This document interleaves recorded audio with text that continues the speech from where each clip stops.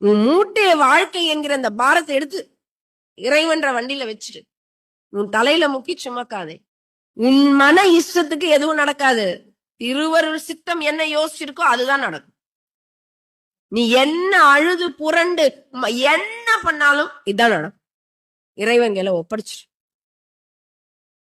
நீ மாத்தணும் நினைச்சா இறைவன் அப்படியா அப்படியான்னு இன்னும் பண்ணுவான். எனக்கு தெரியாது, நீ ஏன் பண்ணி அதுக்கப்புறம் நடக்கிறதா நன்மையே நடக்கும். அவன் விரும்புவதெல்லாம் அவன் பொசசிவ்ங்க. என்ன புடி நான் பாத்துக்கிறேன். அம்மா அப்பாவே இருக்காங்க, நீங்களே அம்மா அப்பா இருக்கீங்க. இப்ப உங்க பையன் ரொம்ப அடம் பிடிச்சதுன்னு வச்சுக்கோங்க, கோமா தூக்கி அடிப்பீங்க. ஆனா அதுக்கப்புறம் நீ ஏதாவது வா நிறைய இது பண்ணுவோம். நல்ல ஒரு திறம்பட அம்மாவா இருந்தா 4 பேர் முன்னாடி அடம் பிடிக்கிறான், குடுத்துருவீங்க. மானம் போதுன்னு குடுத்துருவீங்க. நல்ல கம்பீரமான அம்மாவா என்ன பண்ணும்? இவ்வளவு அடம் பிடிச்சல, நீ இவ்வளவு அடம் பிடிச்சல, இனிமே இருக்குடா உனக்கு.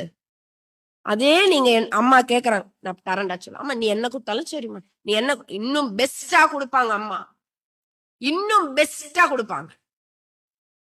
இறைவன் கிட்ட அப்படித்தான் நம்மளை ஒப்படைச்சிடணும். உனக்கு எல்லாம் தெரியும், சரணாகதி.